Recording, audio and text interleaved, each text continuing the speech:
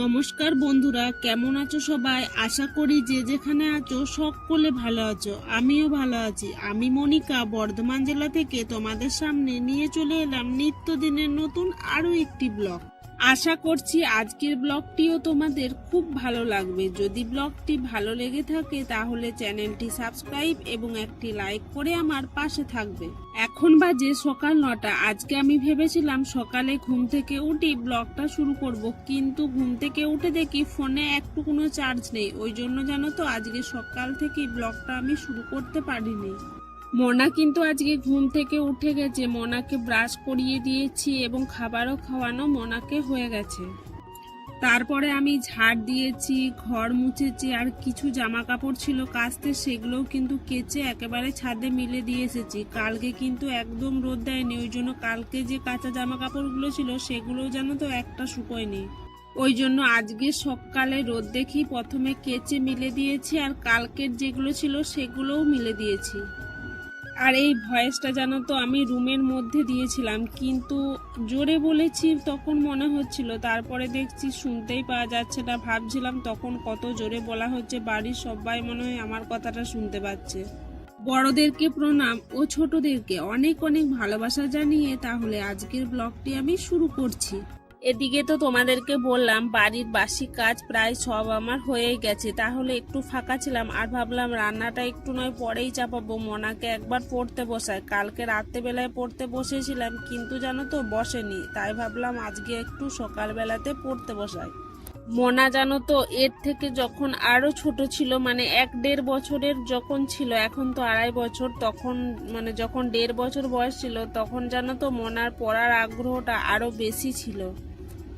বই দেখলেই নিজে থেকেই বলতো মা পড়বো, কিন্তু এখন যত বড় হচ্ছে পড়তেই বসতে চায় না। কিন্তু জানো তো মোনা এখনই এবিসিডি সব লিখতে শিখে গেছে। মোনার বয়স কিন্তু এখন 2.5 বছর, 3 বছর হয়নি। এবিসিডি ক্যাপিটাল লেটারের গুলোও লিখতে পারে আর স্মল লেটারের গুলোও লিখতে পারে। সেগুলোই আমি কিন্তু ওকে লেখাচ্ছি, মানে মনে আছে কিন্তু যাতে না ভুলে, ওই জন্য একবার করে প্রতিদিন প্র্যাকটিস করায়। আর আজকে জানো তো মোনা একটু বেশি খুশি, কারণ কি বলতো আজকে মোনার ভাই আসবে। ভাই তো মামার বাড়ি গিয়েছিল, আর অনেক দিন হলো মোনা আর মোনার ভাই একসাথে দেখা হয়নি। আমি যখন বাপের বাড়ি গেছিলাম তখন তো মোনা আমার কাছে ছিল, তাহলে ভাইয়ের সাথে তো দেখা হয়নি। আর তারপরে যখন আমি ঘর আসি তখন কিন্তু মোনার ভাই ছিল না, মানে মামার বাড়ি গেছিল, তাহলে ওদের মধ্যে অনেক দিন দেখা হয়নি। তাই মোনা যখন শুনেছে আজকে মোনার ভাই আসবে, ওর জানো তো প্রথমে সকালবেলাতেই খুশিতে নাচছিল, আর জানো তো সবাইকে বলছে আজকে আমার ভাই আসবে, আজকে আমার ভাই আসবে। এবিসিডির বড় হাতের অক্ষরগুলো মোনা ভালো করেই লিখলো জানো তো। তারপর যখন ছোট হাতের অক্ষরগুলো লিখছি কিছুটা লিখলো, তারপরে দেখো বদমাইশি করছে। আমি যে ঘরগুলো কেটে দিচ্ছি সেই ঘরগুলোর মধ্যে কিছুতেই লিখছে না, বলছে পুরো সিলেটটা জুড়ে আমি বড় বড় করে লিখবো। আর আমি যে বইটা দেখে লিখাচ্ছি সেই বইটা দেখো পাতাগুলো পুরো পাট পাট করে দিয়েছে। এই বইটা জানো তো অনেক ভালো ছিল, মানে পুরো মোটা মোটা পাতার বইটা এনেছিলাম, কিন্তু ওই পাতাগুলো কি মানে ভাই থাকাকালীনই দুজনা মিলে টেনে প্রত্যেকটা পাতাকে আলাদা আলাদা করে দিয়েছে। তার কারণ কি বলতো, তাহলে দুজনাই বইটা নিতে পারবে, মানে একটা বই দুজনাকেই নিতে হবে, মানে আরো বই আছে ওই বইগুলো নেবে না, ওই একটা জিনিসই দুজনকে নিতে হবে। এদিকে দেখো আমি মুড়ি খাওয়ার জন্য কুমড়ো তরকারি করেছিলাম, সেই কুমড়ো তরকারিটাই এখন আমি মুড়ি খাওয়ার জন্য নিয়ে নিচ্ছি। মোনাকে পড়তে বসানোর আগে কিন্তু আমি কুমড়ো তরকারিটা করেছিলাম, বললাম না ফোনে চার্জ ছিল না, ওই জন্য ভিডিও করতে পারিনি। তাই কুমড়ো তরকারিটা যখন করছিলাম তখনও কিন্তু ব্লগটা শ্যুট করতে পারিনি। আমি মোনাকে পড়াচ্ছিলাম, বাড়ির সবারই কিন্তু মুড়ি খাওয়া হয়ে গেছে, আমিই খেতে বাকি ছিলাম, তাই আমি মুড়ি নিয়ে এখন খেতে বসে পড়েছি। আজকে কিন্তু এখনো রান্না চাপায়নি, প্রায় 10:30 বেজে গেছে। আজকে মনে হচ্ছে রান্না বান্না শেষ করতে অনেকটা দেরি হবে, অবশ্য মাঝখানে আবার ভাইও আসবে। প্রত্যেক দিন সকালে উঠে ভাবি আজকে রান্নাটা একটু তাড়াতাড়ি শেষ করব, কিন্তু যেদিনেই ভাবি জানো তো, মানে যেদিনে বেশি করে ভাবি তাড়াতাড়ি শেষ করব, সেদিনেই কি করে কি দেরি হয়ে যাবে বুঝতেই পারি না। এদিকে আমার মুড়ি খাওয়া হয়ে গেছে। মুড়ি খাওয়ার পরে যে বাসনগুলো ছিল, মানে সবাই তো খেয়েছে বাড়ির, সেই বাসনগুলো ছিল, সেই বাসনগুলো পরিষ্কার করে ধুয়ে রেখে দিয়েছি। তারপরে দেখো এদিকে দুধটা গরম করতে চাপিয়েছি। অন্যদিন জানো তো দুধটা আরো সকালে গরম করা হয়ে যায়, কিন্তু আজকে যেহেতু মোনাকে পড়তে বসিয়েছিলাম ওই সময়টায়, ওই জন্য কিন্তু এই কাজগুলো হয়নি।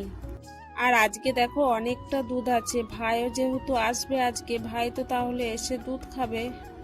দুধটা গরম হয়ে গেলে কিন্তু আমি রান্না করতে বসাবো। রান্না করার আগেই দুধটা গরম করে নিচ্ছি, তার কারণ হলো সকরি হয়ে যাবে গ্যাসটা, তাহলে আমাকে আবার পরে গ্যাসটা মুছে দুধটা গরম করতে হবে। আর আমাদের দুধ জানো তো অনেক সকালে দিয়ে যায়, গরম করে না রাখলেও খারাপ হয়ে যাবে।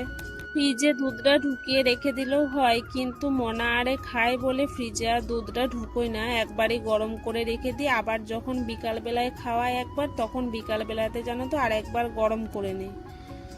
হাঁড়িতে কতটা দুধ আছে কে কে দেখে বুঝতে পারছো কমেন্ট করে জানিও তো আমাকে।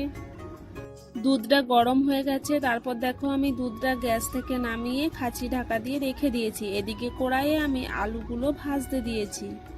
গোল গোল করে আলু ভাজতে গেলে দেখবে একটু বেশি সময় লাগে, যদি কুচিয়ে আলুগুলো ভাজা হয় তাহলে কিন্তু একটু হলেও কম লাগে সময়টা, আর গোল গোল করে হলে একটা একটা করে দেখতে হয়, ওই জন্য কিন্তু সময়টা একটুখানি হলেও বেশি লাগে। আর মনা জানো তো এই গোল গোল করে আলুটা খেতে বেশি পছন্দ করে, মনার জন্য কিন্তু বেশি করে গোল গোল করে বানানো হয়েছে, না হলে জানো তো উচ্ছে ভাজবো, এরপর উচ্ছে আর আলুটা একসাথে কুচিয়ে ভাজা হতো। এদিকে দেখো আমার আলুগুলো ভাজা হয়ে গেছে, তারপরে আমি কড়াই থেকে থালাতে নামিয়ে রেখে দিচ্ছি। আলু ভাজার কড়াইটাতেই আরেকটুখানি তেল দিলাম, এরপর দেখো নুন হলুদ দিয়ে করলাগুলো ভেজে নিচ্ছি। করলাগুলো কিন্তু আলু ভাজার সাথে মিশাবো, কিন্তু মনার জন্য কিছুটা আলু ভাজা তুলে নেবো, তারপরে মেশাবো। মনা জানো তো খুব যখন ছোট ছিল করলা ভাজা খেত, কিন্তু এখন আর কিছুতেই খেতে চায় না।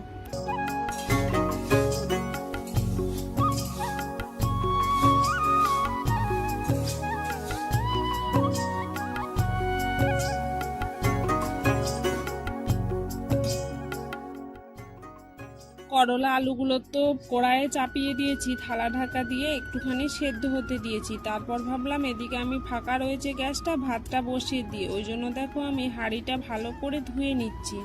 ভাতটা একটুখানি দেরি করেই বসাই, জানো তো আমাদের দিনের বেলার ভাত আর রাতের বেলার ভাত একসাথেই রান্না হয়, তরকারি হয়তো টুকটাক হয় কিন্তু ভাতটা একবারই হয়, ওই জন্য ভাতটা একটু দেরি করে চাপাই।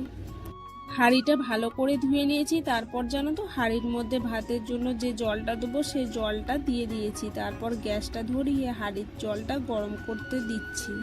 হাঁড়ির জলটা গরম হবে, তারপরে কিন্তু আমি ভাতের চালটা ধুয়ে পরে দেবো। এখন আমি ভাতের চালটা শুধুমাত্র এনে রেখেছি।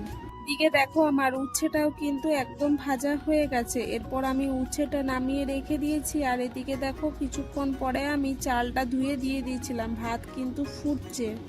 আর কড়াইয়ে যে বড়াগুলো করছি ওগুলো দেখছো কাঁচকলার বড়া, কাঁচকলাটাকে ভালো করে সেদ্ধ করে ছেনে নিয়েছি, তারপরে আদা বাটা, জিরে বাটা, ধনে বাটা, লঙ্কা কুচি দিয়ে পরে মচমচে করে বড়াগুলো করে নিচ্ছি। গরম ভাতের সাথে এই বড়াটা খেতে কিন্তু দারুণ লাগে।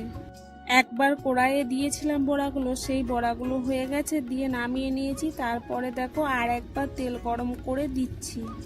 মনা আর মনার ভাইয়ের জন্য জানো তো লঙ্কা কুচি দেওয়ার আগে চারটা করে নিয়েছি, তারপরে আবার লঙ্কা কুচি দিয়ে মেখে পরে আমাদের বাড়ির সকলের জন্য করছি। আজকে বাইরে কিন্তু এখনো বৃষ্টি শুরু হয়নি, মানে ভালোই রোদ দিয়েছে, জানি না কতক্ষণ রোদটা দেবে, তবে যদি একটুখানি রোদটা দেয় তাহলে জানো তো ভালো হবে, কারণ কদিন হলো জামা কাপড়গুলো শুকাচ্ছেই না।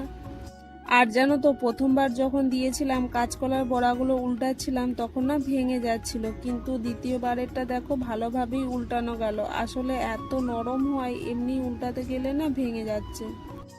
বড়াগুলো ভালো করে 3-4 বার এপিট ওপিট উল্টে মচমচে করে কিন্তু ভেজে নিয়েছি।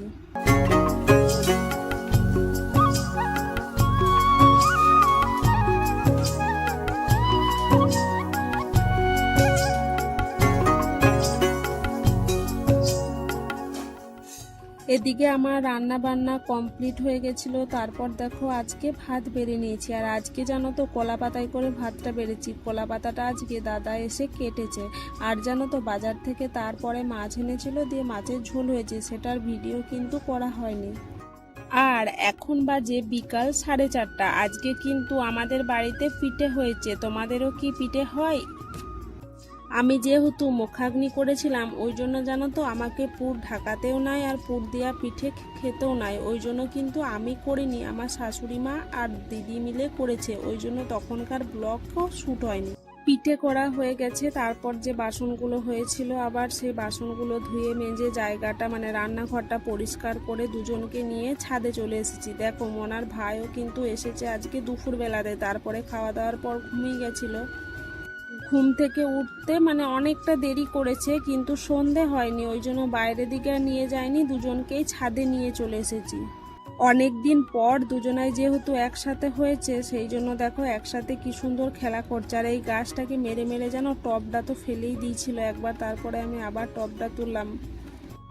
তারপরে জানো তো ওদেরকে ফোনে একটুখানি গান চালিয়ে দিয়েছিলাম, দুজনা মিলে নাচছিল। আর আমি ভিডিওটা করছি বলে মোনা বলছে মা তুমি ভিডিও করতে পারবে না, ওইখান থেকে সরে যাও। দেখো ওই জন্য মোনা আমাকে সরিয়ে দিয়ে এলো, তারপরে আমি আবার করছি বলে ও আর নাচছেই না, লজ্জা পাচ্ছে, ওই জন্য ওর জেম্মার কাছে বসে গেল। এখন দেখো সন্ধে হয়ে গেছে, নিচে গিয়ে সন্ধে দেখাবো, মোনাদেরকে দুধ খাওয়াবো, তারপরে রাতের খাওয়ার ব্যবস্থা করব। তো বন্ধুরা আজকের ব্লগটি কিন্তু আমি এখানেই শেষ করছি। কমেন্ট করে জানিও তোমাদের ব্লগটি আজকে কেমন লেগেছে। সবাই ভালো থাকবেন, সুস্থ থাকবেন। কালকে দেখা হবে আপনাদের সাথে আমার নিত্যদিনের নতুন আরো একটি ব্লগ নিয়ে। টাটা।